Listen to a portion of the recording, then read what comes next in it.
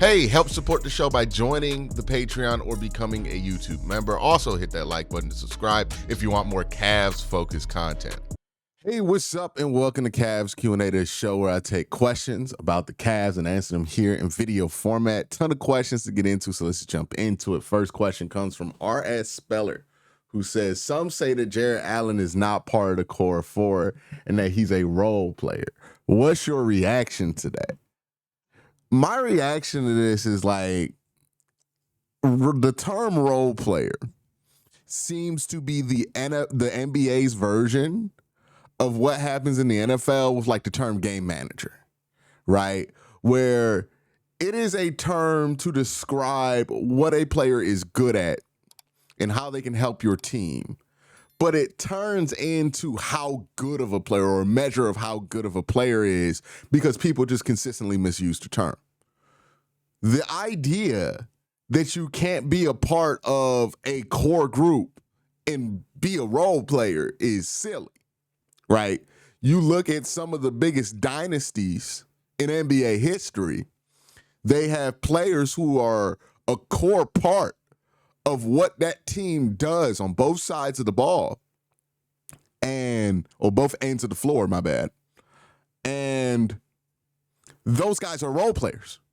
Draymond Green was never as good as Steph or Clay, but he was a plus level role player, right? An elite role player for the Golden State Warriors. You can go back and look at almost all of these dynasties. The Spurs dynasties are littered with elite role players, right?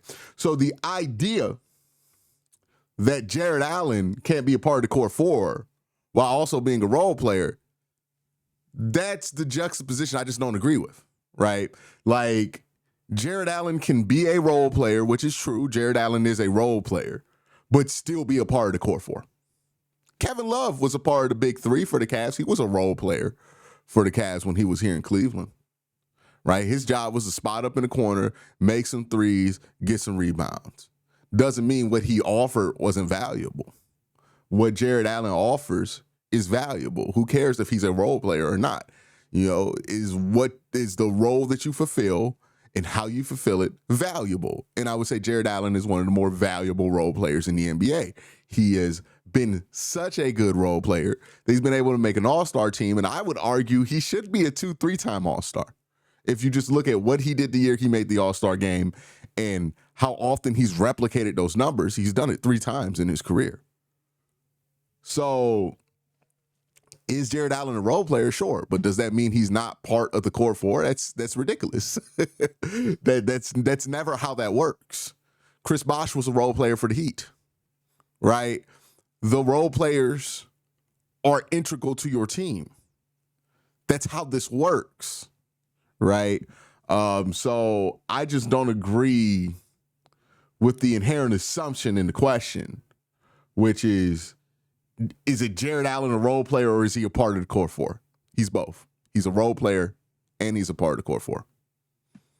I think that's pretty easy to understand, right? He's not going to make threes. He's not going to take over a game for you. But when Jarrett Allen is not there, we feel his presence not being there. And when Jarrett Allen is producing, we feel his presence most definitely on the team at a high rate. So, that's what Jarrett is, right? And I call Jarrett Allen the garbage man because what he does is so underappreciated. But boy, when he don't show up, you could just see it. You could just see it, right? And that tends to make people only pay attention to Jarrett when he's not showing up and not pay attention to him when he does. Case in point, people are so mad at Jarrett Allen in this series. Jarrett Allen averaged what he averaged during the season in this series. People just ignore the fact that he had 2 20-point games in this series, right? That's the thing, right, with Jarrett. He is a role player. He's part of the core four. Both those things are true. And that's why he's a hard player to trade. I would say of all the core four, he's probably the easiest to trade of them, but he still is a very difficult player to trade. Darrell Williams says, how much of a role do you see for Jalen Tyson having next year? I think his rebounding ability will help us put a lot of his ability to finish around the rim in traffic. Also, the potential to play off the ball will be nice for lineup versatility. I think there are two things, if I'm Jalen Tyson, I'm spending all offseason working on, right? Three things. Obviously, just getting stronger. Your first year in the NBA, you always want to get stronger year two. That's basic. But as you said, off the ball ability, right? Not just getting off the ball, shooting spot up threes. Jalen Tyson, I believe he will eventually become that. But the ability to separate off the ball. The Cavs don't have a ton of people who can separate off the ball. Be one of those guys, right? If you want to crack into the rotation, got to get off the ball, right? If you want to work on your handle, work on your handle, because that's something that the Cavs really need, right? Is somebody who can handle the basketball outside of Darius Garland in certain situations, right? If we just had those two skill sets on our bench during the Pacers, I think that series ends up differently. And the last thing I think Jalen Tyson really needs to work on, right? And like if he really wants to crack the rotation, get serious minutes, screening. Now, I don't know where Jalen Tyson is. I'm not going to act like I've watched a ton of Jalen Tyson footage, right? I've only watched him when he's played in sparing minutes, and in the role that he's been in, he's not been asked to screen a ton. But the Cavs need a really solid screener, right, that they can play a good amount of minutes in order to kind of mitigate some of the issues that are going to pop up because this team is undersized, right? One of the issues with Max Strus playing the wing and starting at the wing position is Max Strus is still very undersized for a wing, and he can't do any of the stuff that you need a wing to do at times, right? Which is screen. So Jalen Tyson wants to see the court. You know, it's nice that he can score and all that and rebound, and that's cool, but the Cavs have guys who can rebound. The Cavs have guys who can score. We have an abundance of that. The thing that the Cavs need, off the ball ability, right? Separate, get off the ball, and screen. If you can do those two things, you'll see a lot of minutes if you're Jalen Tyson, because they need those two skill sets, especially in the playoffs. 216 says, how confident are we that Ty Jerome is becoming more of a starter next season and swapping places with Max Strus or Jared Allen? The team as a whole played poorly versus Indiana, but Ty Jerome had a standout performance against Miami. I think Ty will become a big part of Cleveland's next postseason. Well, that all depends on if the Cavs are able to bring him back. That looks like more of a doable proposition now than ever because of Ty Jerome's disappointing end to the season. We'll see how much Ty basically being benched in Game 5 affects his will to want to come back to Cleveland. I bet that's not something he was thrilled about, so you have to see how that plays out. But I don't know if Ty becoming a starter is part of the solution for the Cavs. I think Ty's fine in his role. I think, honestly, the solution is more how to get the ball out of Ty's hands at times where Ty's not cooking, right? Or when Ty's is not a good matchup for the team that they're playing. Let's say a team plays super fast. Ty's not going to be a great matchup defensively there. So I think that's what you have to figure out with Ty if he comes back. I don't think you use Ty as a replacement for Max Strus or Jared Allen. I don't think that's going to work out the way that you want it to. The next question comes from Anthony. Anthony says this. Can this Cavs core four take the step and become a championship team? Or do you believe we have to make some sort of move to become more physical and become the team that they all thought they were?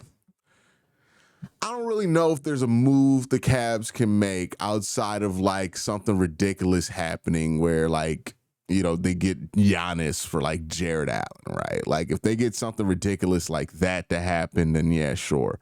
But more than likely, the Cavs will have to make do with this team, and I think this team is enough to win a championship. Here's the difference between what I think people mean when they say they want a team that's capable of a championship and what the reality is today, because I think there's a difference here that's worth talking about. Are the Cavs a team that can will their way to a championship? No. Nobody in the NBA is like that anymore, right? When the Cavs had LeBron, they were a guarantee to will themselves into the NBA Finals because LeBron James was so good at basketball that you can make that happen. You're shooting 30% from three in a series. It doesn't matter. LeBron can will your way through that series, right? I think people are used to that being the bar of what a championship team is. That's not the case. LeBron is at the end of his career. He is not will your way to a championship good anymore. Still a very good player for his age, but just not that. There's no team that has an individual player that's that good. I think the closest that we have in the NBA is Jokic, right? Where Jokic almost got the Nuggets to a Western Conference Finals against the Oklahoma City Thunder when that team had fired their coach like a month ago, right? And had all kind of drama. But Jokic is that damn good that it didn't matter. They almost got back to the Western Conference Finals and probably would have gotten to the NBA Finals if they had gotten there, right? So they came, a game or two away from what we could realistically project as them making the finals. So maybe Jokic is that level of good. But even then, I mean, LeBron went to like 8 straight finals, right? Jokic is not 8 straight finals good. Nobody's probably going to be that good. We'll never see somebody that good again, or at least in my lifetime, I believe. Hopefully I get to see somebody better than LeBron, but, it's probably not likely.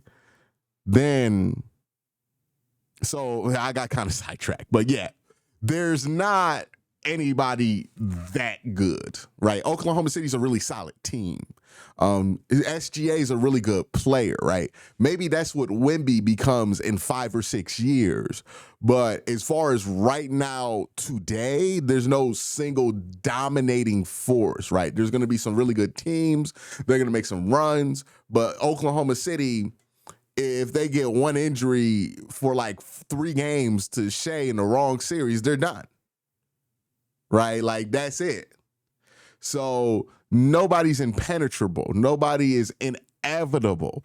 This Cavs core will never be inevitable.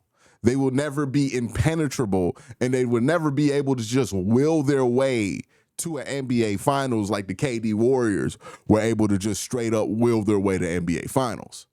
That's not the case. But can this team get hot at the right time and win a championship? Absolutely. If the playoffs started after the All-Star break, the Cavs would be looking like the Pacers, right? When the Cavs were shooting incredible for like a month and a half, they would be able to win a championship like that in today's NBA. This is the era of this is the era of ultra parity in the NBA.